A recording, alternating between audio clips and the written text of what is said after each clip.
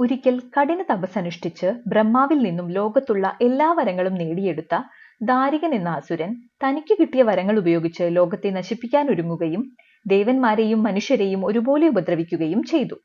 ഈ ദുരിതത്തിൽ നിന്ന് ലോകത്തെ രക്ഷിക്കാൻ ബ്രഹ്മാവും വിഷ്ണുവും ശിവനും ഒത്തുചേർന്ന് ദാരികവധത്തിനായി ആദ്യം സപ്തമാതാക്കളെ സൃഷ്ടിച്ചു. സപ്തമാതാക്കളിൽ ഒരു ദേവതയാണ് ബ്രഹ്മാവിന്റെ ശക്തിദേവതയായ ബ്രാഹ്മണി. അടുത്തതാണ് മഹാവിഷ്ണുവിന്റെ ശക്തിദേവതയായ വൈഷ്ണവി. പിന്നെ മഹാശിവന്റെ ശക്തിദേവതയായ മഹേശ്വരി ദേവി. അടുത്തത് ഇന്ദ്രന്റെ ദേവതയായ ഇന്ദ്രാണി. അടുത്തത് സുബ്രഹ്മണ്യന്റെ ദേവതയായ കൗമാരി ദേവത. സപ്തമാതാക്കളിൽ അടുത്തത് വരാഹദേവന്റെ ദേവതയായ വരാഹിയാണ്. സപ്തമാതാക്കളിൽ അവസാന ദേവതയാണ് കാളിദേവിയുടെ സ്വഭാവമുള്ള ചാമുണ്ഡി. സപ്തമാതാക്കൾ ഓരോരുത്തരായി ദാരികനോട് ഏറ്റുമുട്ടിയെങ്കിലും അവർ പരാജയപ്പെടുകയും ദേവന്മാരുടെയും മനുഷ്യരുടെയും ഭീതി വർദ്ധിക്കുകയും ചെയ്തു.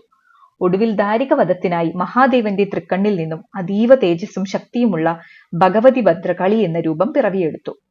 ദാരികനുമായുള്ള യുദ്ധത്തിൽ മഹാമായ ഭദ്രകാളി ദാരികനെ വധിക്കുകയും ദാരികന്റെ തലയറുത്ത് ആ തലയോടുകൂടി കൈലാസത്തിലെത്തി വലതു തിരിഞ്ഞ് വലം വെക്കുകയും പിന്നീട് തന്റെ പിതാവായ മഹാദേവനോട് ദാരികന്റെ ഈ അറുത്തുമാറ്റിയ ശിരസോടുകൂടി താൻ കൈലാസത്തിൽ ഇരുന്നോട്ടെ എന്ന് ചോദിക്കുകയും ചെയ്തു.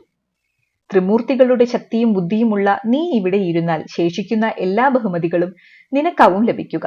അതിനാൽ നീ ചേരമാൻ നാട്ടിൽ ചെറുകുടി മനുഷ്യരുടെ കുലദൈവമായി ഇരിക്കൂ എന്ന് മഹാദേവൻ കൽപ്പിച്ചു. അവിടെ വടക്ക് നോക്കി പ്രതിഷ്ഠ കൊടുക്കുവാനും നിർദ്ദേശിച്ചു.